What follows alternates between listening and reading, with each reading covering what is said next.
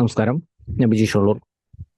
നമുക്ക് Nifty, bank Nifty, fin നിഫ്റ്റിയിൽ ഇന്ന് എന്തൊക്കെയാണ് സംഭവിച്ചിരിക്കുന്നത്, വരും ദിവസങ്ങൾ എങ്ങനെ മാനേജ് ചെയ്യാമെന്ന് നമുക്ക് നോക്കാം. നിഫ്റ്റിയിൽ ഇന്ന് ഓപ്പൺ ചെയ്തിരിക്കുന്നത് ഗ്യാപ്പ് അപ്പ് ഓപ്പണിംഗ് ആയിരുന്നു. പക്ഷേ ഗ്യാപ്പ് അപ്പ് ഓപ്പൺ ചെയ്യുമ്പോൾ ഇപ്പോഴും ശ്രദ്ധിക്കേണ്ടത് നമ്മൾ നൽകിയിരിക്കുന്ന ഒരു സപ്പോർട്ടോ റെസിസ്റ്റൻസോ അവിടെ ഉണ്ടോ എന്നുള്ളതാണ്.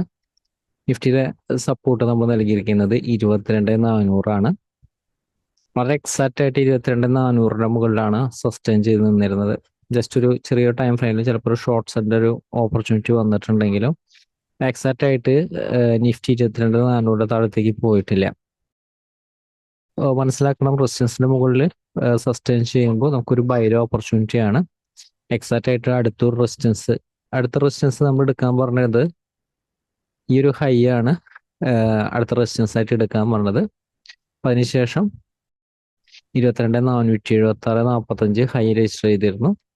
അതിനുശേഷം ഈ ഒരു സപ്പോർട്ടുകളൊക്കെ വീണ്ടും താഴത്തേക്ക് ബ്രേക്ക് ചെയ്തുകൊണ്ട് 22,400 അടുത്ത് തന്നെ നിഫ്റ്റി ക്ലോസ് ചെയ്തു. നമ്മൾ ഈ ഒരു ലെവലിനെ കുറിച്ച് നമ്മളത് സൂചിപ്പിച്ചിരുന്നു. കാരണം ഇതൊരു നിഫ്റ്റി അതിലൊരു സ്ട്രോങ് ആയിട്ടുള്ള റെസിസ്റ്റൻസ് സോണാണ്. അപ്പൊ ഈ ഒരു റെസിസ്റ്റൻസ് സോണിൽ നിഫ്റ്റി സസ്റ്റെയിൻ ചെയ്ത് നിലനിൽക്കുമ്പോൾ നമുക്ക് പറയാനായിട്ട് സാധിക്കില്ല. അതിനനുസരിച്ചാണ് നമുക്ക് ട്രേഡിങ്ങിന്റെ ഒരു പ്ലാനുകളൊക്കെ നമുക്കത് ചെയ്യാനായിട്ട് സാധിക്കുന്നത്. അപ്പൊ അതുപോലെ തന്നെ 22,400, 500 ആ ഒരു റേഞ്ചിന്റെ ഇടയിലൊക്കെ നിഫ്റ്റിക്ക് സ്ട്രോങ് ആയിട്ടുള്ള റെസിസ്റ്റൻസ് സോൺ. ഇത് നമ്മൾ ഇന്ന് പറഞ്ഞതല്ല, നമ്മൾ കഴിഞ്ഞ ദിവസങ്ങളിലൊക്കെ പറഞ്ഞായിരുന്നു. അപ്പോൾ നിഫ്റ്റിയിൽ ശ്രദ്ധിച്ചു കഴിഞ്ഞാൽ അറിയാം, ഈ ഒരു ലെവലിൽ നിന്നൊക്കെ നിഫ്റ്റി ഒരു പ്രോഫിറ്റ് ബുക്കിന് ശ്രമിച്ചിട്ടുണ്ട്. സാധാരണ ഒരു മൂവ്മെന്റ്, വളരെ സ്ട്രോങ് ആയിട്ടുള്ള ഒരു മൂവ്മെന്റ് ഹയർ ലെവലിൽ പോയിട്ട് സസ്റ്റെയിൻ ചെയ്ത് നിലനിൽക്കുന്നില്ല. ഈ ഒരു ലെവലിൽ ഹയർ ലെവലിലേക്ക് പോയെങ്കിലും 400, 500 ഇടയിൽ നിന്ന് ആയാലും നിഫ്റ്റി പ്രോഫിറ്റ് ബുക്കിങ്ങിന് ശ്രമിച്ചുകൊണ്ടാണ് ഇരിക്കുന്നത്. അപ്പൊ ഈ ഒരു ഏരിയ അങ്ങനെയാണ്. നിഫ്റ്റിയിലായാലും നമ്മൾ കഴിഞ്ഞ വീഡിയോയിൽ പറഞ്ഞത് 21,800 നിഫ്റ്റി ലോവർ ലെവല് മുകളിലേക്ക് ബ്രേക്ക് ചെയ്തിരിക്കുന്ന 22,800 സപ്പോർട്ട് പോലെ, 21,800 സപ്പോർട്ട് പോലെ തന്നെ ഒരു റെസിസ്റ്റൻസ് ഏരിയ ആണ് ഇത്. 22,400, 500 ആ ഒരു റേഞ്ചിന്റെ ഇടയിൽ. അപ്പോൾ വരും ദിവസങ്ങളായാലും നമുക്ക് ഇതിന്റെ മുകളിൽ സസ്റ്റെയിൻ ചെയ്യുന്നതിന് അടിസ്ഥാനമാക്കി ആയിരിക്കണം നമുക്കൊരു ബൈര ഓപ്പർച്യൂണിറ്റിയും ഷോർട്ട്സിന്റെ ഓപ്പർച്യൂണിറ്റി ഒക്കെ യൂട്ടിലൈസ് ചെയ്യേണ്ടത്.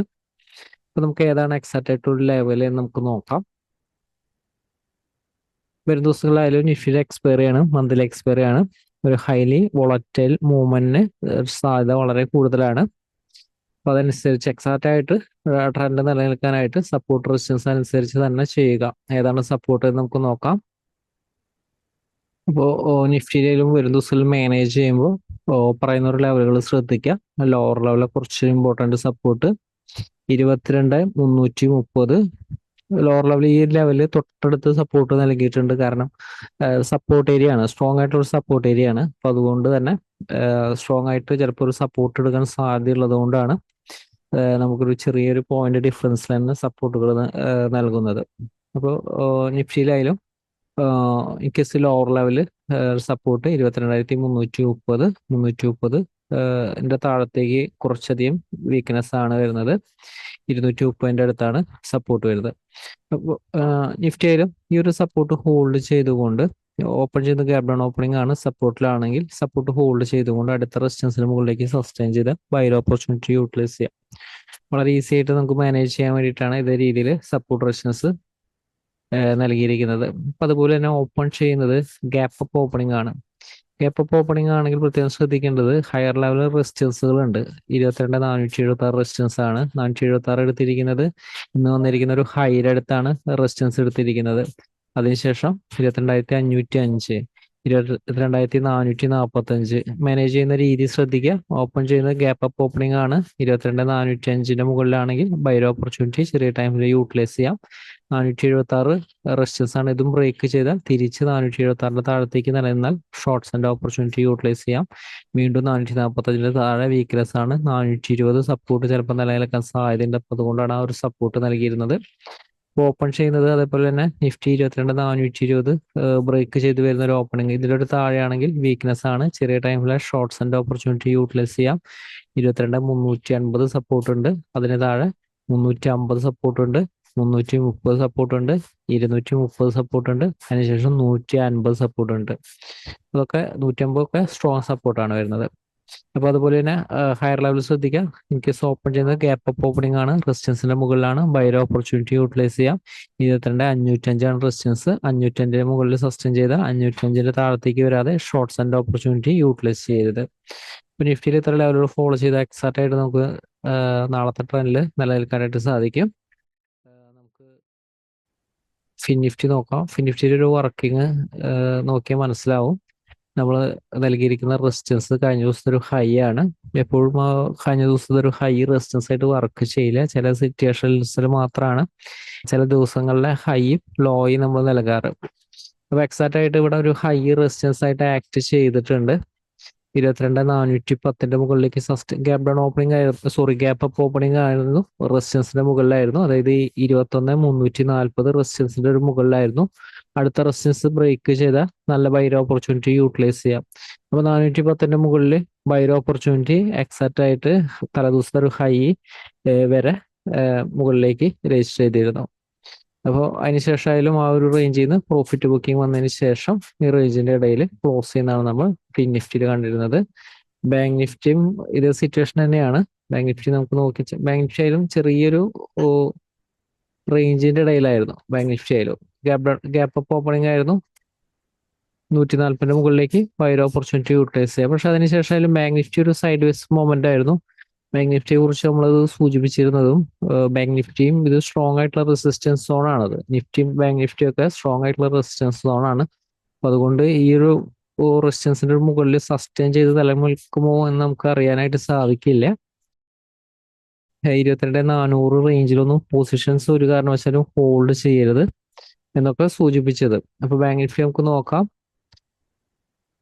ബാങ്ക് നിഫ്റ്റിയുടെ സപ്പോർട്ട് കഴിഞ്ഞ ദിവസം ഈ സപ്പോർട്ട് വർക്ക് ചെയ്യും. 48,140 റെസിസ്റ്റൻസ് വേറെ പുതിയ റെസിസ്റ്റൻസ് ആണ് 48,245. അപ്പോൾ 245 മുകളിൽ ഓപ്പൺ ചെയ്ത ബൈർ ഓപ്പർച്യൂണിറ്റി യൂട്ടിലൈസ് ചെയ്യുക. 240 താഴെയാണ് വീക്ക്നെസ്. ഗ്യാപ്പ് അപ്പ് ഓപ്പണിംഗ് ആയിരുന്നാലും റെസിസ്റ്റൻസിന് താഴെ വീക്ക്നെസ് ആണ്. 48,140 താഴത്തേക്ക് ബ്രേക്ക് ചെയ്താലാണ് ഷോർട്ട്സ് ആൻഡ് ഓപ്പർച്യൂണിറ്റി യൂട്ടിലൈസ് ചെയ്യേണ്ടത്. അടുത്ത സപ്പോർട്ട് കാണുന്നത് 47,960 ആണ് കാണുന്നത്. അതായത് 48,000 താഴെയാണ് ഇനി അടുത്ത സപ്പോർട്ട് കാണുന്നത്. അപ്പൊ അതിന് ശേഷമായാലും ബാങ്ക് നിഫ്റ്റിയുടെ സപ്പോർട്ട് കാണുന്നത് 47, ചെറിയ വ്യത്യാസമുണ്ട്, 47,775 അടുത്ത സപ്പോർട്ട് കാണുന്നത്. അപ്പോൾ ബാങ്ക് നിഫ്റ്റിയിലും ഇത്തരം സപ്പോർട്ടുകൾ ഫോളോ ചെയ്ത് എക്സാക്റ്റ് ആയിട്ടുള്ള ഒരു ട്രെൻഡിൽ നിലനിൽക്കാനായിട്ട് ശ്രദ്ധിക്കുക. എപ്പോഴും ശ്രദ്ധിക്കുക, മാർക്കറ്റ് ഓപ്പൺ ചെയ്ത് ഗ്യാപ് ഡൗൺ ഓപ്പണിംഗ് ആയിരുന്നാലും സപ്പോർട്ടിലാണോ ശ്രദ്ധിക്കുക. ബൈർ ഓപ്പർച്യൂണിറ്റി യൂട്ടിലൈസ് ചെയ്യാം. അടുത്ത റെസിസ്റ്റൻസ് വരെ മുകളിലേക്ക് പോകാനായിട്ട് സാധ്യതയുണ്ട്. ഷോർട്ട്സ് ആൻഡ് ഓപ്പർച്യൂണിറ്റി ഇതിന്റെ താഴെ മാത്രമാണ് യൂട്ടിലൈസ് ചെയ്യേണ്ടത്. നമുക്ക് ഫിൻ നിഫ്റ്റി നോക്കാം. ഫിൻ നിഫ്റ്റിയിൽ വരും ദിവസങ്ങളിൽ ഏതായിരിക്കും സപ്പോർട്ട് അതുപോലെ തന്നെ റെസിസ്റ്റൻസ് ആയിട്ട് ആക്ട് ചെയ്യാൻ സാധ്യമായിട്ടുള്ള ഏരിയകൾ നമുക്ക് നോക്കാം. ഇപ്പോൾ ഫിൻ നിഫ്റ്റിയുടെ വരും ദിവസങ്ങളിലെ റെസിസ്റ്റൻസ് 21,480 റെസിസ്റ്റൻസ് ആയിട്ട് ആക്ട് ചെയ്യും. അതിനുശേഷം 21,485 സപ്പോർട്ടായിട്ട് ആക്ട് ചെയ്യും. അതിനുശേഷം സപ്പോർട്ടായിട്ട് 21,395 സപ്പോർട്ടായിട്ട് ആക്ട് ചെയ്യും. 395 ശേഷം 21,345 സപ്പോർട്ടായിട്ട് ആക്ട് ചെയ്യും. അപ്പോൾ ഫിൻ നിഫ്റ്റി ആയാലും ഓപ്പൺ ചെയ്യുന്നത് ഈ ഒരു സപ്പോർട്ട് ബ്രേക്ക് ചെയ്തിട്ട് വരുന്ന ഒരു ഓപ്പണിംഗ് ആണെങ്കിൽ ചെറിയ ടൈമിലെ ഷോർട്ട്സ് ആൻഡ് ഓപ്പർച്യൂണിറ്റി യൂട്ടിലൈസ് ചെയ്യുക. തൊട്ട് താഴെ സപ്പോർട്ട് ഉണ്ട് 21,395 ഹോൾഡ് ചെയ്യുന്നുണ്ടെങ്കിൽ ക്വിക്കായിട്ട് പ്രോഫിറ്റ് ബുക്ക് ചെയ്യുക. ഈ ഒരു സപ്പോർട്ടും ഹോൾഡ് ചെയ്തുകൊണ്ട് അടുത്ത റെസിസ്റ്റൻസിന്റെ മുകളിലേക്ക് സസ്റ്റെയിൻ ചെയ്യുന്നുണ്ടെങ്കിൽ സ്ട്രോങ് ആണ്. ഗ്യാപ്പ് അപ്പ് ഓപ്പണിംഗ് ആണ്, റെസിസ്റ്റൻസ് ആണ്. റെസിസ്റ്റൻസിൽ താഴെ ഷോർട്ട്സ് ആൻഡ് ഓപ്പർച്യൂണിറ്റി യൂട്ടിലൈസ് ചെയ്യാം. അടുത്ത സപ്പോർട്ടും ബ്രേക്ക് ചെയ്താൽ വീക്ക്നെസ് ആണ്. ഓപ്പൺ ചെയ്യുന്ന ഗ്യാപ്പ് അപ്പ് ഓപ്പണിംഗ് ആണ് 21,480 മുകളിലാണ്. ഷോർട്ട്സ് ആൻഡ് ഓപ്പർച്യൂണിറ്റി 480 താഴെ നിലനിന്നാൽ മാത്രം യൂട്ടിലൈസ് ചെയ്യാം. അല്ലെങ്കിൽ 450 ഹോൾഡ് ചെയ്ത് നിലനിൽക്കുമ്പോൾ ബൈർ ഓപ്പർച്യൂണിറ്റി ആണ്. എപ്പോഴും ശ്രദ്ധിക്കുക, സപ്പോർട്ടിലാണോ റെസിസ്റ്റൻസിലാണോ, റെസിസ്റ്റൻസ് ബ്രേക്ക് ചെയ്തിട്ടാണോ നിലനിൽക്കുന്നതിനനുസരിച്ച് എപ്പോഴും ട്രേഡുകൾ പ്ലാൻ ചെയ്യുക. മാർക്കറ്റിലെ വലിയ അവസരമായിട്ട് നമുക്ക് വരും ദിവസം അപ്ഡേറ്റിൽ വീണ്ടും കാണാം. എല്ലാവരെയും വലിയ ഷെയർ കമ്പനികൾ പ്രതീക്ഷിക്കുന്നു. എല്ലാവർക്കും നന്ദി.